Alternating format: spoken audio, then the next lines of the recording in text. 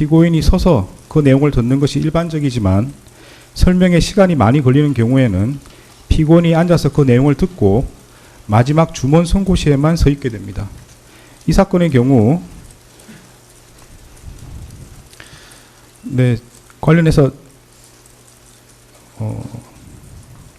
이유조지 설명에 시간이 많이 걸릴 것으로 보이므로 피고인은 자리에 앉아서 그 내용을 듣고 있다가 마지막 주문 선고 시에 자리에서 일어나시기 바랍니다. 네, 자리에 앉으십시오.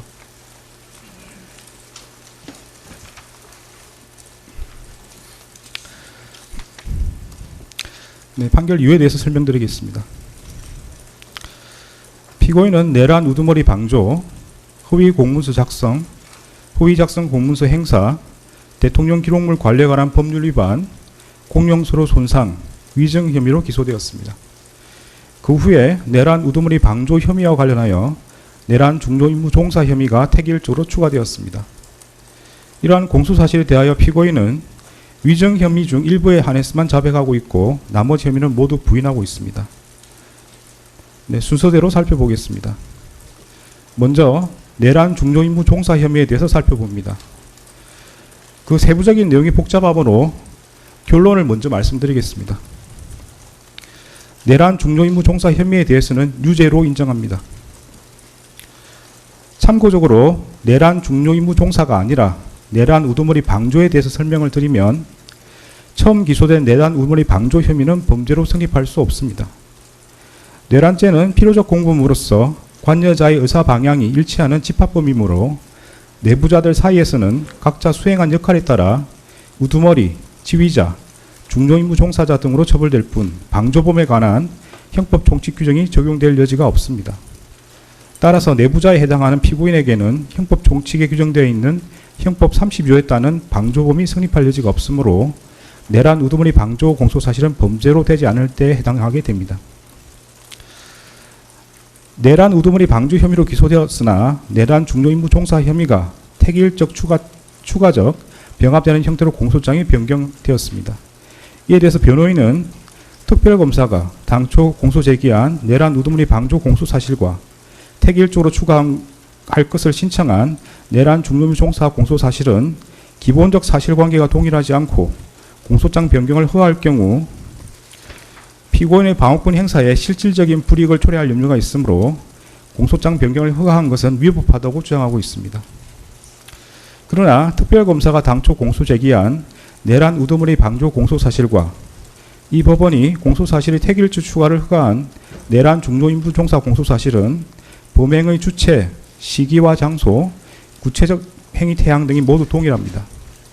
두 공소사실은 그 법률적 평가를 피고인이 윤석열의 내란 우두머리 범행을 용이하게 하여 방조한 것과 윤석열이 국헌을 문란하게 할 목적으로 일으킨 폭동에 있어 중요한 임무에 종사한 것으로 달리하지만 이러한 사정만으로 기본적 사실관계가 동일하지 않다고 할 수 없습니다.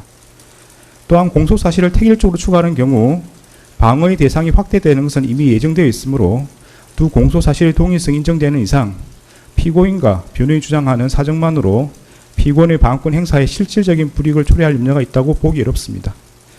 따라서 피고인과 변호인은 이 부분 주장은 받아들이지 않습니다. 먼저 12상 비상계엄 선포와 이에 근거하여 포고령을 발령하고 군 병력과 경찰 공무원을 동원하여 국회, 중앙선관위 등을 점거, 출입 통제하거나 압수수색한 행위가 내란 행위에 해당하는지 여부를 살펴보겠습니다. 사실관계는 다음과 같습니다.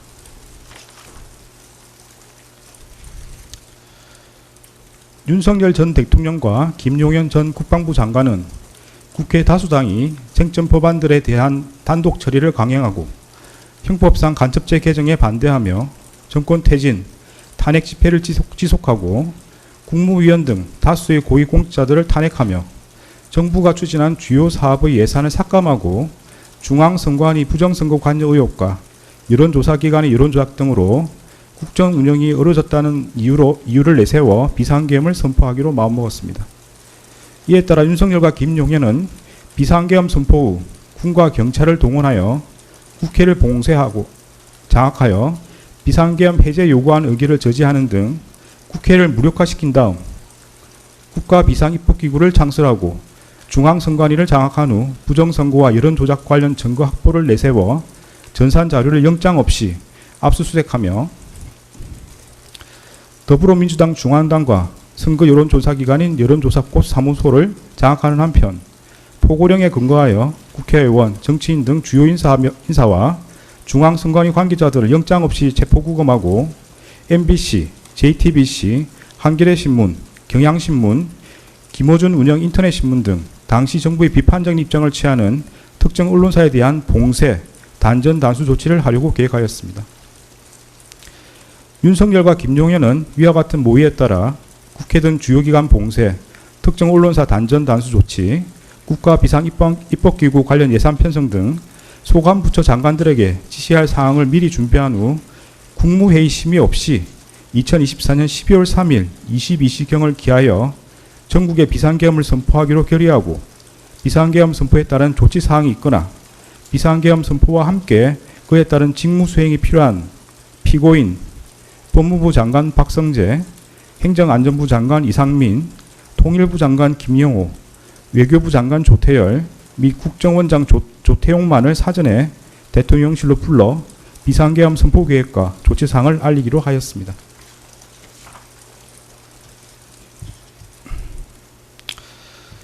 이에 따라 윤석열과 김용현은 2024년 12월 3일 10시 30분경부터 20시 6분경까지 사이에 이들에게 연락하여 대통령실로 오도록 한 다음 이들에게 국회가 탄핵을 계속하고 예산을 삭감하여 국정 운영이 어렵다. 종북 좌파들을 이 상태로 놔두면 나라가 거들나고 경제든 외교든 아무것도 안 된다는 취지로 말하며 피고인에게 대국민 담화문, 계엄사령부 포고령, 비상계엄 관련 지시사항이 담긴 문건을 이상민에게 국회 등 주요 기관에 대한 시간대별 봉쇄 계획과 특정 언론사 단전 단수 조치 지시가 담긴 비상계엄 관련 문건을 조태열에게 제외 공간을 통해 대외 관계를 안정화시켜라는 취지로 기재된 비상계엄 관련 문건을 각각 건네주는 등 비상계엄 선포에 따른 조치사항을 지시하였습니다. 그 과정에서 윤석열은 피고인으로부터 비상계엄 선포를 위해서는 국무회의 심의라는 요건을 갖춰야 한다는 취지의 말을 듣고 국무회의 심의라는 외관 형성을 위하여 필요한 의사정족수 확보를 목적으로 대통령 비서실 제1부속실 실장 선임행정관 강의구와 수행비서 선임행정관 김종환으로 하여금 국무위원 중 일부에게만 연락하게 하였습니다. 윤석열은 국무회의 의사정족수인 11명이 모인 직후인 2024년 12월 3일 22시 16경부터 22시 18분경까지 사이에 대통령 집무실과 연결된 대접견실에서 김용현을 통해 비상계엄 선포문을 그곳에 모인 피고인과 국무위원들에게 배부하고 실질적인 심의 없이 일방적으로 비상계엄을 선포하겠다고 통보한 후 같은 날 22시 23분경 대통령실 1층 브리핑룸으로 가 대국민 담화를 발표하고 22시 27분경 비상계엄을 선포하였습니다. 계엄사령관 육군대장 박안수는 2024년 12월 3일 23시 23분경 윤석열, 김용현의 순차 지시에 따라 1. 국회와 지방의회, 정당의 활동과 정치적 결사, 집회, 시위 등 일체의 정치활동을 금한다. 2. 자유민주주의 체제를 부정하거나 전복을 기도하는 일체 행위를 금하고 가짜뉴스, 여론조작, 허위선동을 금한다. 3. 모든 언론과 출판은 계엄사령부의 통제를 받는다. 4. 사회 혼란을 조장하는 파업, 태업, 집회 행위를 금한다. 5. 전공의를 비롯하여 파업 중이거나 의료 현장을 이탈한 모든 의료인은 48시간 내 본업에 복귀하여 충실히 근무하고 위반 시는 계엄법에 의해 처단한다. 6. 반국가 세력 등 체제 전복 세력을 제외한 선량한 일반 국민들은 일상생활의 불편을 최소화할 수 있도록 조치한다. 이상의 포고령 위반자에 대하여는 계엄법 구조에 의하여 영장 없이 체포구금, 압수수색을 할 수 있고 계엄법 14조에 의하여 처단한다는 내용의 포고령을 발령하였습니다. 윤석열은 2024년 12월 3일 22시 27분경부터 그 다음 날 4시 26분경까지 김용현, 박안수, 여인영, 곽종근, 이준우, 문상호, 경찰청장 치안총감 조지호, 서울특별시 경찰청장 최한정감, 김봉식 등을 통해 성명불상의 군인과 경찰 공무원에게 순차 지시하여 국군 방첩사령부, 육군 특수전사령부, 수도방위사령부, 정보사령부 등에 소속한 무장군인 1605명과 경찰청, 서울특별시 경찰청, 경기남부경찰청 등에 소속된 경찰 공무원 약 3790명 등을 동원하여 국회, 중앙선관위 등을 점거, 출입 통제하거나 압수수색하였습니다. 다음으로 관련 법률 규정을 살펴봅니다. 형법 87조는 대한민국 영토의 전부 또는 일부에서 국가 권력을 배제하거나 국헌을 문란하게 할 목적으로 폭동을 일으킨 사람은 다음 각 호의 구분에 따라 처벌한다고 규정하면서 그 각 호에서 우두머리는 사형, 무기징역 또는 무기금고에 처한다. 모의에 참여하거나 지휘하거나 그 밖에 중요한 임무에 종사한 사람은 사형, 무기 또는 5년 이상의 징역이나 금고에 처한다. 살상, 파괴 또는 약탈 행위를 시행한 사람도 같다. 부하 수행하거나 단순히 폭동에만 관여한 사람은 5년 이하의 징역이나 금고에 처한다고 규정하고 있습니다. 형법 91조는 이 장에서 국헌을 문란하게 할 목적이란 다음 각 호의 어느 하나에 해당함을 말한다고 규정하면서 1호에서 헌법 또는 법률에 정한 절차에 의하지 않고 헌법 또는 법률의 기능을 소멸시키는 것, 2호에서 헌법에 의하여 설치된 국가기관을 강압에 의하여 전복 또는 그 권동 행사를 불가능하게 하는 것을 들고 있습니다.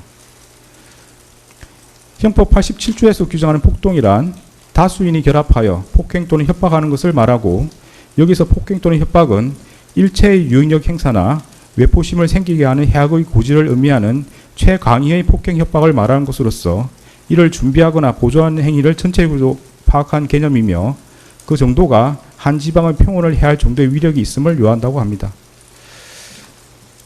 앞서 본 바와 같이 윤석열과 김용년 등은 비상계엄을 선포하고 이에 근거하여 포고령을 발령하였는데 그 포고령은 헌법과 법률에 정한 절차에 의하지 않고 헌법에 의하여 보장되는 의회, 정당제도, 영장주의를 소멸시키고 헌법에 의하여 금지되는 언론 출판에 대한 허가 금지를 시행함으로써 헌법과 법률의 기능을 소멸시키려는 목적, 즉 국헌을 문란하게 할 목적으로 발령한 것이고, 또한 다수의 군병력과 경찰 공무원을 동원하여 국회, 중앙선관위 등을 점거, 출입 통제하는 등 다수인을 결합하여 육력을 행사하고 해악을 고지함으로써 한 지역의 평온을 해할 정도의 위력이 있는 폭동을 일으켰다고 인정됩니다.